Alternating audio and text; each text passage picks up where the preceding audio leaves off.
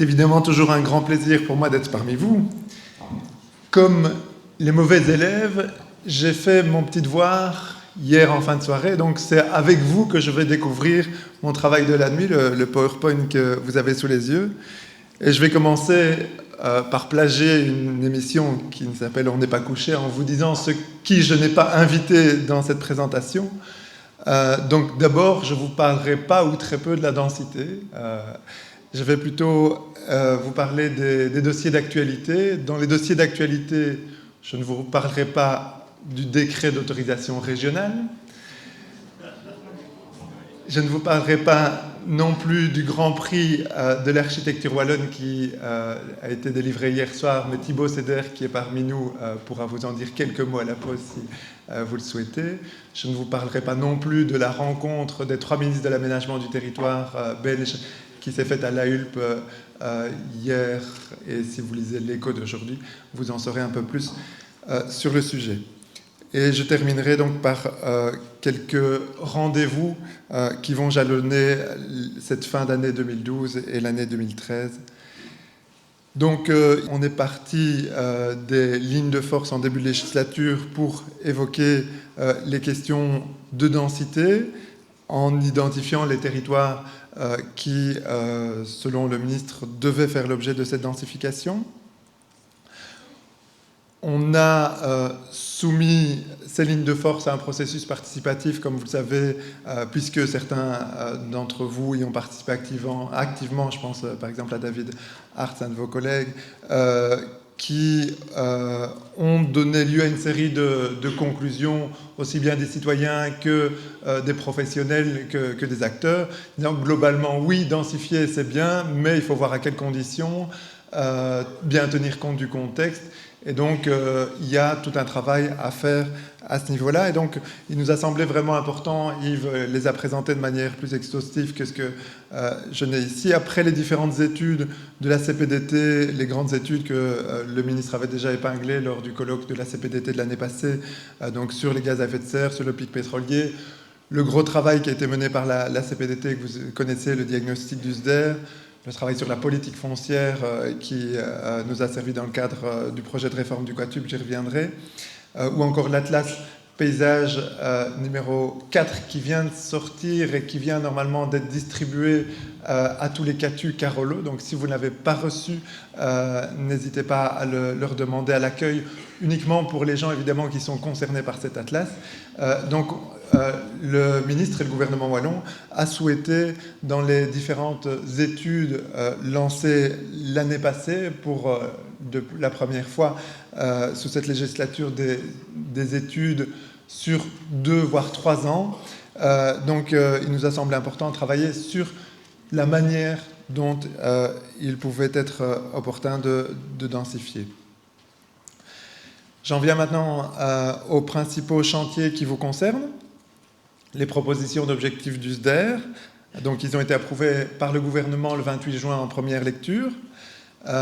Donc, pour rappel, c'était sur la base du diagnostic que j'ai évoqué, sur base d'enjeux que le gouvernement avait identifiés en mars de cette année. Et ces propositions d'objectifs ont déjà fait l'objet d'une première consultation par les grands acteurs, dont l'Union des villes. Le gouvernement a également souhaité, et le ministre évidemment souhaité consulter les conseils communaux. On a évidemment attendu la mise en place des nouveaux conseils communaux avant de les consulter sur les mêmes objectifs. Donc c'est évidemment sur le même document, ce qui peut être un peu frustrant. Idéalement, on aurait pu intégrer les remarques des acteurs et vous resoumettre ces objectifs, mais on aurait alors perdu pas mal de temps. Vous verrez, vous aurez l'occasion de découvrir ces objectifs et l'avis de l'Union des villes sur ces objectifs le 12 décembre, j'y reviendrai. Donc c'est sur cette base-là que le consortium I7, donc l'auteur de projet du SDER, est en train de travailler sur une structure territoriale. Vous vous souvenez que dans le SDER de 99, il y avait une carte de structure spatiale avec certains éléments descriptifs. Donc on est en train d'actualiser cette carte. Sur l'identification de mesures d'aménagement, donc vraiment des mesures concrètes de mise en œuvre des objectifs. Et enfin, un volet évaluation et suivi. C'est l'ensemble de ces parties, donc en ce compris les objectifs revu sur base des avis des acteurs et des communes que le projet de SDER devrait être adopté au printemps de l'année prochaine, soumis à enquête publique avant ou après les grandes vacances, et que le SDER devrait être adopté définitivement avant la fin de législature. C'est évidemment l'objectif que se donne le ministre. Oui, si j'ai épinglé l'avis très complet, très constructif de l'Union des villes et communes, il faut savoir que c'est une cinquantaine d'avis des acteurs qu'on a déjà reçus jusqu'à présent sur les objectifs du SDER. Et ils vous seront présentés le 12 décembre pour ceux qui se joindront à nous. Ces propositions d'objectifs, très brièvement, travaillent vraiment à 3 échelles principales. Une échelle transrégionale, une échelle de bassin de vie. Vous avez sous les yeux la définition des bassins de vie telle qu'elle est dans les objectifs du SDER.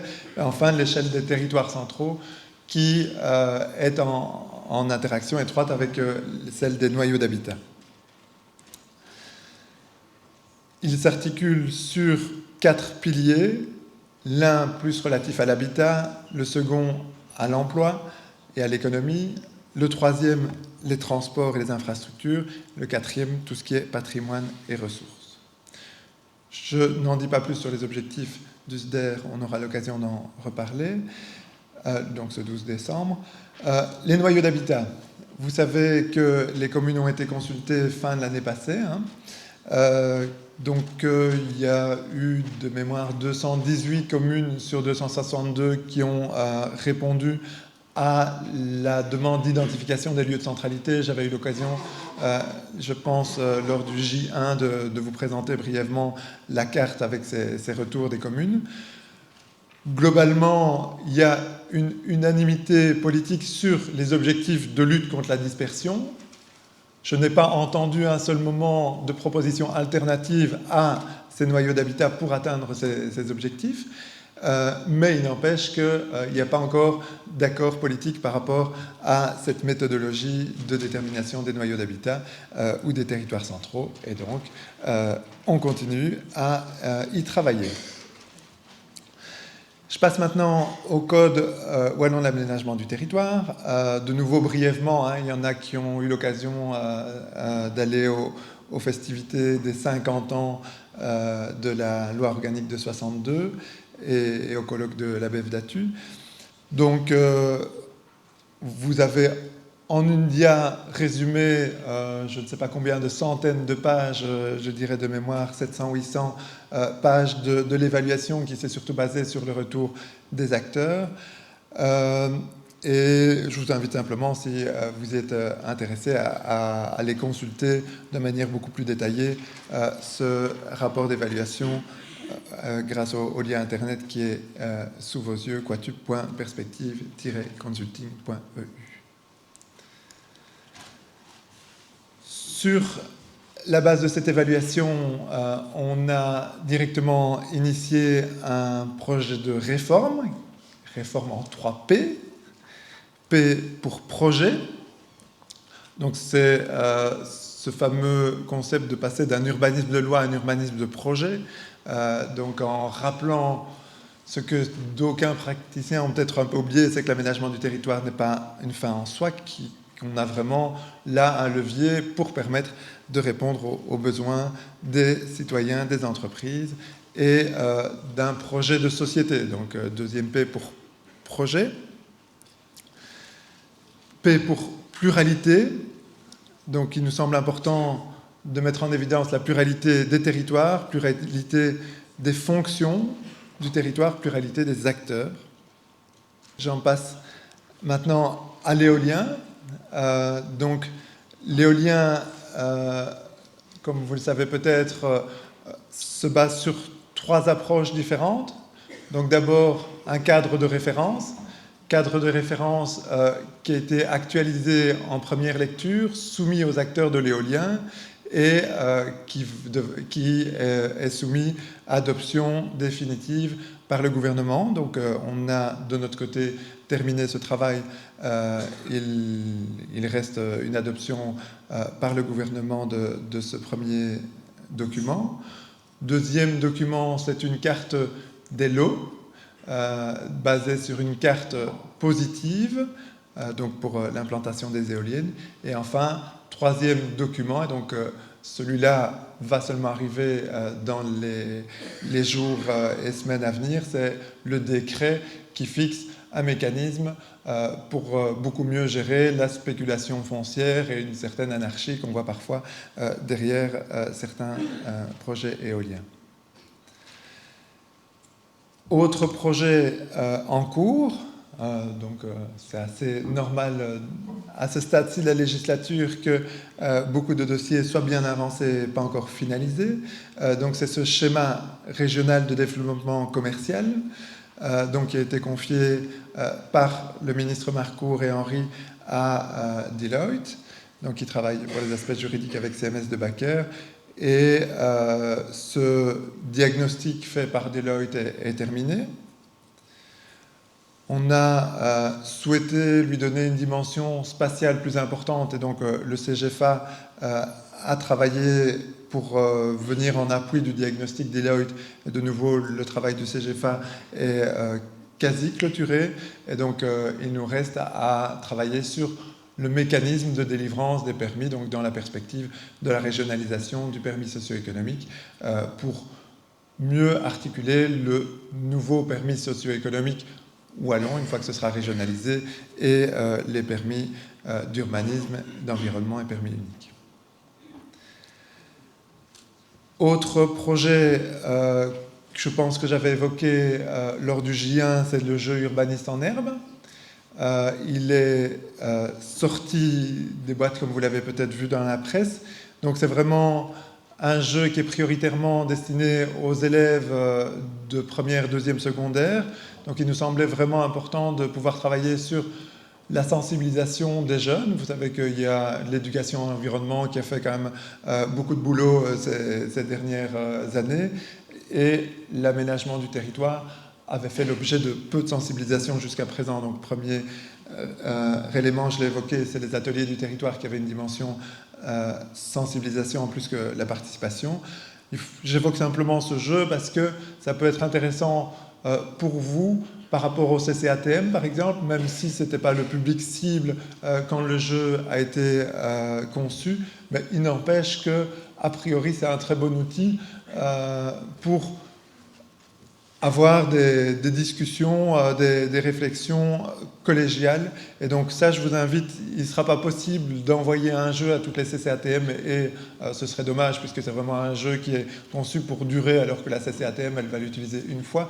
Et donc plutôt vous mettre en relation avec vos maisons d'urbanisme qui ont coordonné les formations sur ces jeux et qui tiennent des boîtes à votre disposition, donc en prêt si vous le souhaitez. J'ai déjà vu quelques maisons de l'urbanisme qui nous ont rejoints d'ailleurs aujourd'hui et je les salue au passage. J'en termine par les prochains rendez-vous pour les CATU en particulier. Donc je l'ai évoqué et vous l'avez normalement reçu si les anciens collèges vous l'ont bien renvoyé, donc un courrier d'invitation à rendre un avis des conseils communaux. Je mets avis informel puisque c'est hors enquête publique, hors cadre. Donc d'ici le 31 janvier, on sait bien que les objectifs du SDER sont assez généraux et a priori qu'une commune ne va pas nécessairement s'y retrouver de manière très pointue et il nous semblait que c'était quand même aux acteurs régionaux de se prononcer en priorité, mais il n'empêche qu'on donne cette opportunité aux communes, si elles le souhaitent, de compléter notamment l'avis de l'Union des villes si nécessaire. Et donc une réunion sera organisée, une réunion d'information au Moulin de Bay le 12 décembre. L'enquête publique sera suivie d'un avis formel des conseils communaux, donc à la mi-2013. Territoires centraux, noyaux d'habitat, donc on souhaite toujours, comme je vous l'ai dit, arriver à une détermination de ces périmètres qui seront soumis à consultation des conseils communaux. Cartographie éolien, à nouveau, les conseils communaux seront invités à rendre un avis sur la carte éolienne. L'Union des villes et communes de Wallonie, comme tous les 6 ans, organise des formations pour les élus. et en particulier pour les nouveaux élus. Ça semble vraiment être un rendez-vous important. Donc c'est les 25 et 26 février de 2013 et pas 2012. Comme vous le savez, les CCATM doivent être installés dans les 3 mois de l'entrée en fonction des nouveaux conseils communaux. Et donc là, je vous invite éventuellement, si vous avez des questions précises, à les relayer à l'aménagement local. Une circulaire et des dossiers seront envoyés tout prochainement par l'administration, si ce n'est déjà fait. Et Yves l'a évoqué, on a jugé utile, quand on a organisé avec la CPTT, avec l'administration, cette journée-ci, de se dire, on en est vraiment dans le cadre d'une approche scientifique qui est à mi-parcours et qui doit vraiment être alimentée par la base, d'où l'intérêt des ateliers de cet après-midi. Et c'est seulement lors du J7 de l'année prochaine qu'on ouvrira beaucoup plus largement aux auteurs de projets et à tous les acteurs, aux élus, une journée vraiment sur la densité qui sera encore plus aboutie et qui sera moins une réflexion ouverte comme ça l'est aujourd'hui. Et donc je tiens au passage à remercier l'ensemble des chercheurs, puisque c'est une dizaine, voire une douzaine de chercheurs qui travaillent sur ces thèmes qui ont été évoqués par Yves. Et moi, je vous remercie pour votre attention. À tout à l'heure.